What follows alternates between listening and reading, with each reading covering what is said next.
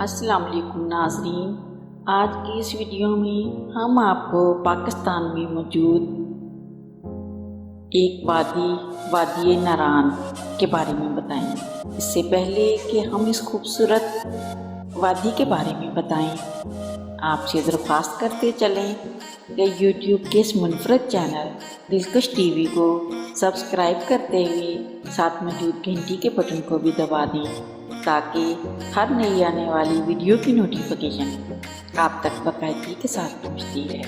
آئیے ناظرین، چلتے ہیں آج کے موضوع کی جانب۔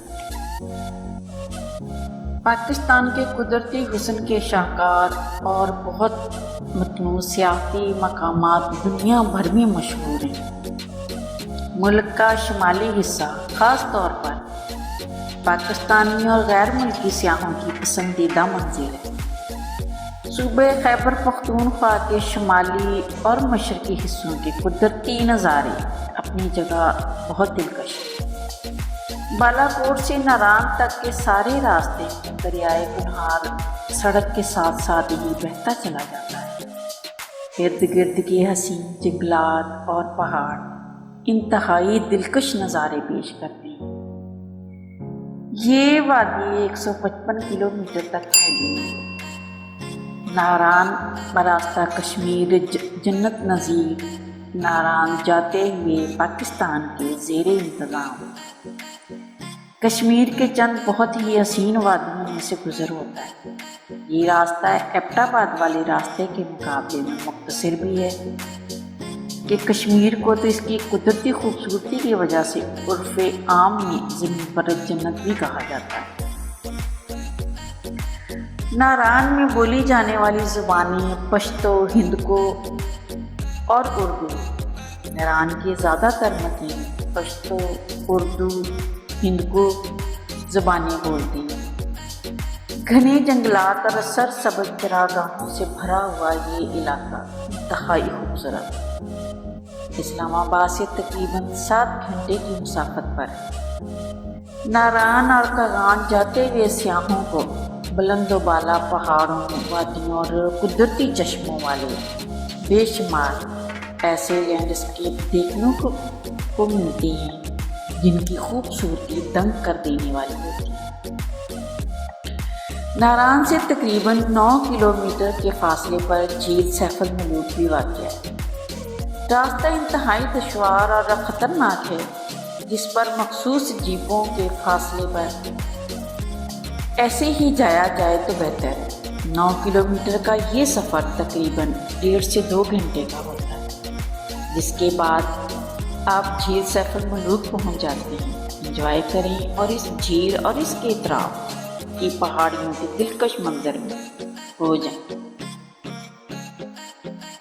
یہ خیال رہے کہ وادی ناران میں بجلی کی سہولت نہیں ہے۔ وہاں کے لوگ جنریٹر اور آبشاروں سے چلنے والے ٹربائن سے بجلی پیدا کر کے گزارا کرتے ہیں اور اس کے ٹائم مقرر ہے۔ تو جس ہوٹل میں بھی قیام کریں بجلی کی ٹائمنگ کا ضرور پوچھ لیں۔ آپ اپنی سہولت کے حساب سے دنوں کا تعین کریں۔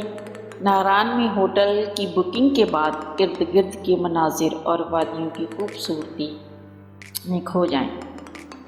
ناران سے ہی جیپیں چلائی جاتی ہیں جو آپ کو اطراف میں جانا چاہیں وہاں لے جائیں۔ بہتر ہے کہ پہلے کرایہ طے کر لیں۔ یاد رہے کہ یہ جیپیں پہاڑی مقامات پر چلنے کے لحاظ سے بہترین ہیں اور ان کے ڈرائیورز کو بھی مہارت ہوتی ہے۔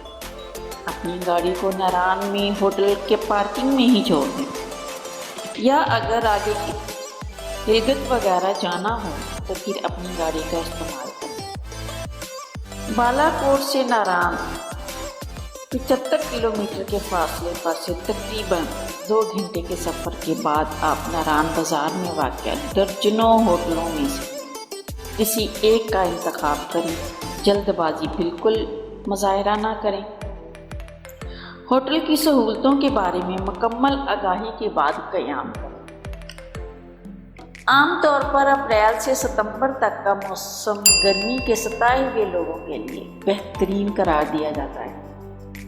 اسے سیاحوں کا سیزن بھی کہتے ہیں، جس میں آپ کو ہوٹل کے کرائے سے لے کے ہر چیز معمول سے مہنگی ملے گی۔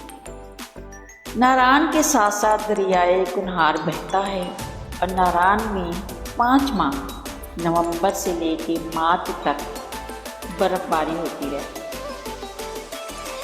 اس دوران وہاں کے مقامی لوگ ہجرت کر کے بالا کوٹ کی طرف آ جاتے ہیں، کیونکہ برف باری کے دوران ناران میں زندگی تقریباً مفلوج ہو جاتی ہے اور وہاں پر کم سے کم 10 فٹ تک برف باری ہوتی ہے۔ ایسے میں پہاڑوں سے جنگلی جانور بھی نیچے ناران کی طرف آ جاتے ہیں، جن میں شیر، چیتا، شتر مرغ اور ریچھ وغیرہ شامل ہیں۔ موجودہ حکومت نے اقتدار میں آتے ہی سیاحت کو فروغ دینے کے بہت سے دعوے کیے تھے، مثلاً پاکستان آنے والے سیاحوں کے لیے ویزے میں آسانیاں اور انہیں ہر طرح کی جدید سہولتوں کی فراہمی۔ پاکستان میں آج بھی کئی خوبصورت اور سیاحتی مقامات ایسے ہیں جنہیں بین الاقوامی معیار کے مطابق ترقی نہیں دی جا سکی۔ عدم توجہ کا نتیجہ سہولیات کا فقدان۔ پاکستان کے پاس قدرتی حسن کا اتنا بڑا خزانہ ہے کہ سیاحت کو جدید خطوط پر ترقی دے کر ملک کے لیے بے تحاشا زر مبادلہ کمایا جا سکتا ہے، لیکن مجموعی طور پر سیاحتی شعبہ ملک کی معیشت میں اپنی وہ اہم جگہ نہیں بنا سکا جس کا وہ اہل ہے۔ ایک طرف اگر سرکاری اداروں کی غفلت ہے تو دوسری طرف سیاحوں کے لیے آمد و رفت کی جدید، تیز تر اور محفوظ سہولیات بھی یقینی نہیں بنائی جا سکتی۔ عوامی اور نجی شعبوں میں اشتراک عمل کی ضرورت۔ کئی ماہرین کے مطابق پاکستان میں سیاحتی شعبے کو اقتصادی سطح پر آمدنی کا بہت بڑا ذریعہ تو ہونا چاہیے، لیکن ساتھ ہی اس شعبے کی کارکردگی کو زیادہ سے زیادہ ماحول دوست بنانے کی بھی ضرورت ہے۔ ماہرین اقتصادیات کے مطابق اس مقصد کے حصول کے لیے عوامی اور نجی شعبوں کے مابین مشترکہ سرمایہ کاری اور اشتراک عمل سے بہت متاثر کن نتائج حاصل کیے جا سکتے ہیں۔